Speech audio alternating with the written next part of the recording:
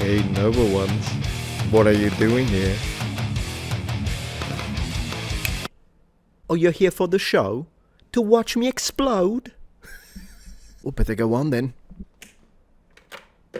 So today we're watching a video where we have a comparison between American versus British versus Australian English. Whew! One language, three accents. They do have to explain to me why the American is blue, the English is red, why is the Australian yellow? Why is the Australian yellow? Why is the Australian yellow? Why do I even care? Right, hit me.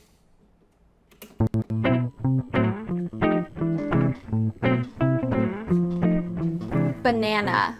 Banana. Banana. So far so good. Banana was my favorite, but banana is nice. Tomato. Tomato. Tomato. You know, what's funny about this is that, yeah, I mean, I do say tomato, I suppose, but up to this point, the words they chose are specifically designed to make these two sound almost the same. Water. Water. Water. Man, this guy is really still. Water. How did she say it? Water. Water. Water. How did I do it? Water. Water. Water. Water. Water. Yeah, still very similar, these two. Oh, I am literally cutting the head of the Aussie here. What am I supposed to go? Ah! Well, I guess sucks for you. You won't be able... You know what? I'll just hang out with a girl. There you go. That's what I'm gonna do. Next. Coffee. Coffee. Coffee. And here you needed a New Yorker to just appear and go, coffee, coffee. My jaw. Sausage. Well, coffee, I guess. Yeah. What did she say? Coffee. Coffee. Yeah, it's an open, a more open vowel. Coffee. Coffee. Coffee. Yeah. Dog. Dog. Dog. Shark. Shark. Shark.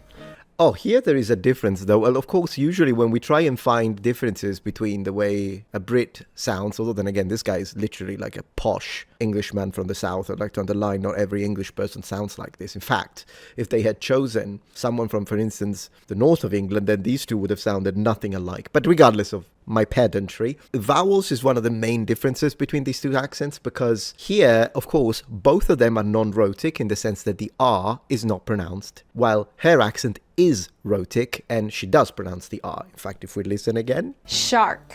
Shark. Shark. Shark. Shark. Shark. Well, his A is a little more nasalized than his, while his is more like shark. Zebra. Zebra. Zebra. Zebra. Vase. Vase. Vase. So yeah, once again, very similar. The only difference is slightly, but then again, the articulation of the vowel is different from person to person and from region to region, upper to lower to middle class. So then again, not a huge difference. You know what they should have done? They should have put the word no. That's what they should have done, because then, depending on who is speaking, it could sound no. No. No. No. I think I did a good job with those. And you know what's hilarious about it? If you told me that the word no is spelled N-O, I would believe you. Likewise, if you told me that the word no is spelled N-O-U, I would equally believe you. Last but not least, if you told me that the word no is spelled N-A-O-U-G-H-D-W, I would have also believed you. So yeah, to all of that to say that some Australian have this very No.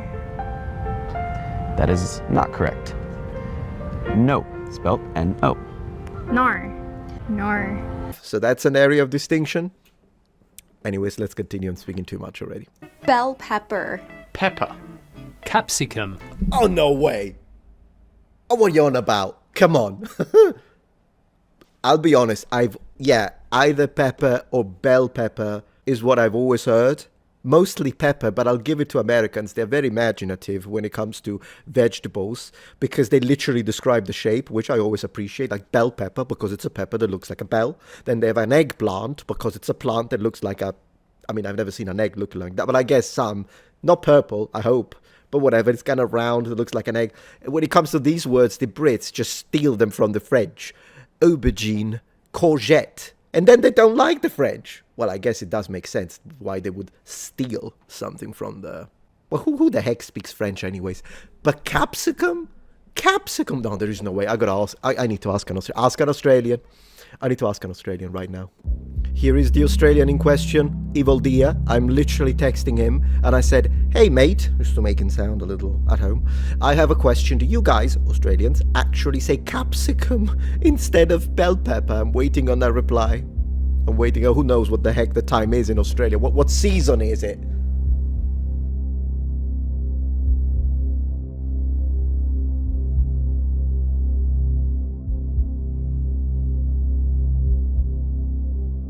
Capsicum. Excuse me, I would like a pizza, please. Yeah, would you like some capsicum with that? Capsicum. Sneakers. Trainers. Runners. All right, guys, we need to give it a little... All right, it's completely different words. I'm going to give it to the Australians. I like that they're called runners because that's what you use them for. You definitely don't use them to sneak.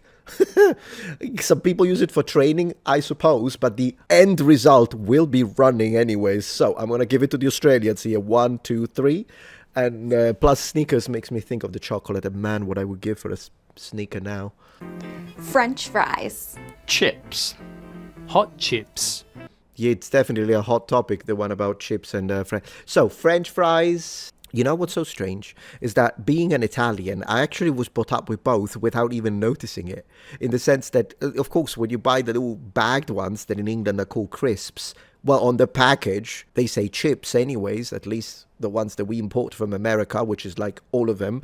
And so I grew up with, oh, these are chips. But then it's not like anyone has ever said fish and French fries. It's fish and chips. Fish and French fries. Again with the French. Hot chips. Sure, I mean, why not? I go, what if they're cold though? Here's the question I have for you, for Australians right there. This is the question. What happens if you buy hot chips and you wait 15 minutes? Do you still call them hot chips even though they are clearly now cold? All right, next. Pants. Trousers. Pants. Pants. Ooh, Americans and Australians for once. Pants and pants. Pants. Trousers. Yeah. Look at his face. He's got it nailed. Even the fact that one of his eyes is more closed than the other, it's all part of the Underwear. Underpants. Undies. I'll be honest, I have heard undies in England too, so I think it's a matter of, I don't know, I mean, I use underwear, and so do you. I mean, I use the word underwear. I mean, we've been using underwear since ancient Rome, but Bronze Age, Stone Age. Undies, I do think people do use it. Do you guys use it in America? I'll have to ask my wife about underwear. That did not sound as intended. What about smalls?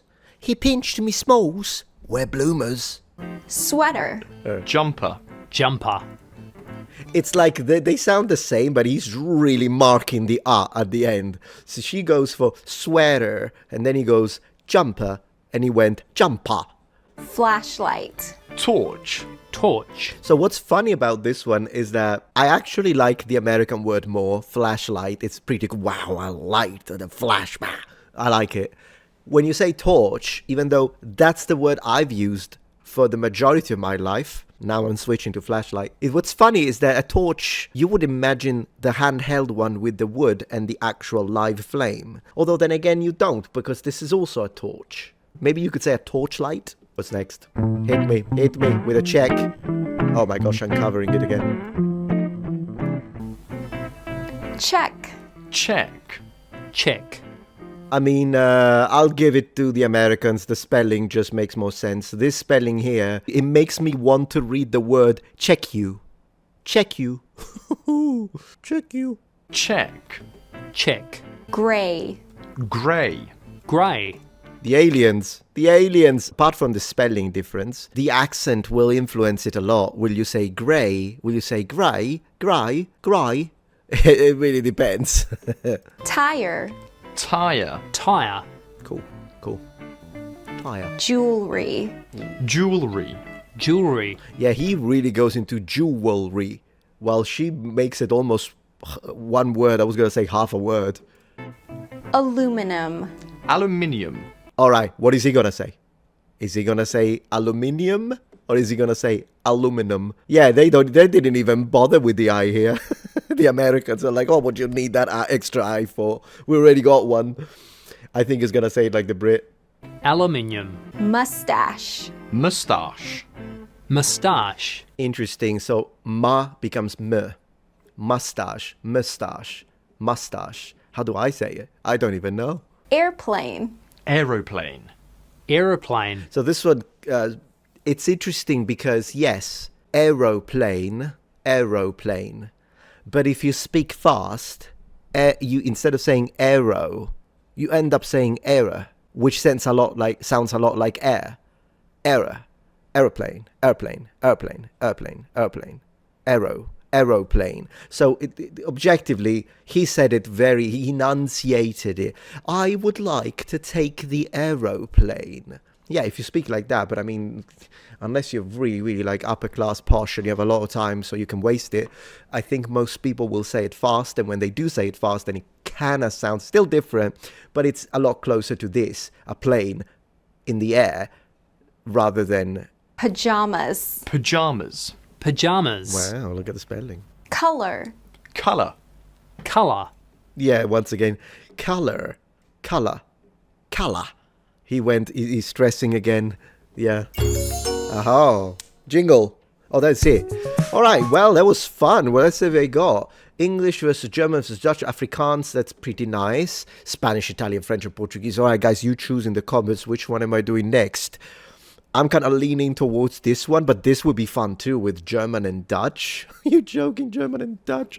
Ooh, that'd be great, man. This is me. I mean, this would be great because I'm Italian, so I could discuss the Romance languages, blah blah blah. But this is also interesting because I'm gonna end up with a sore throat trying to pronounce all of these, and also it's fascinating to see how close Afrikaans is. I think it should be closer to Dutch, to be honest, but still.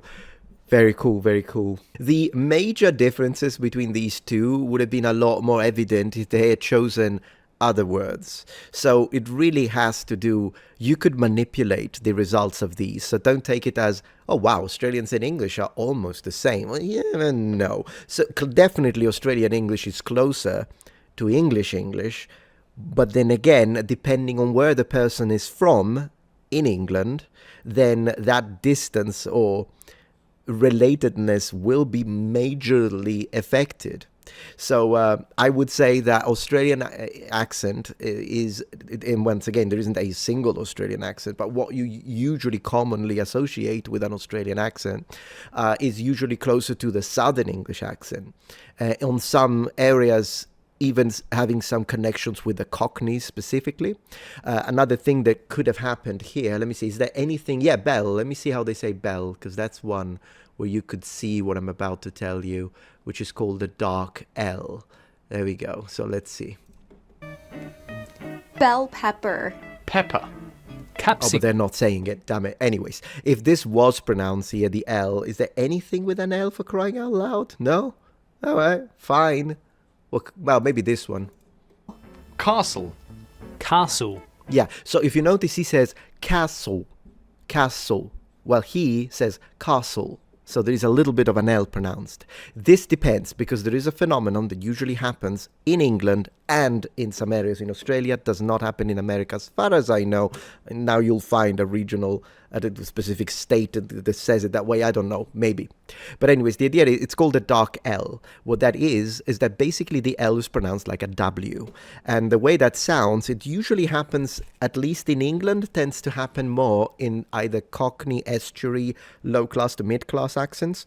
And what they'll do is that they will say kill instead of kill, skill instead of skill, old instead of old, Zelda instead of Zelda. So L becomes a U, like a W. And so you'll hear someone saying, how old is she? 13 years old? Or, I like Zelda. Zelda is my favourite. Zelda. So that happens in England as well, but he doesn't have it because he's posh. It's distinctively London, though. So some people people, actually, I do have it a little bit now that I think about it. Some people instead of people. So some do retain it a little bit, even if they have an upper class speech. But usually the further up you go, unless you want to specifically note, I'm from London, then you won't find it. But you can still find it sometimes. But the Cockneys love it.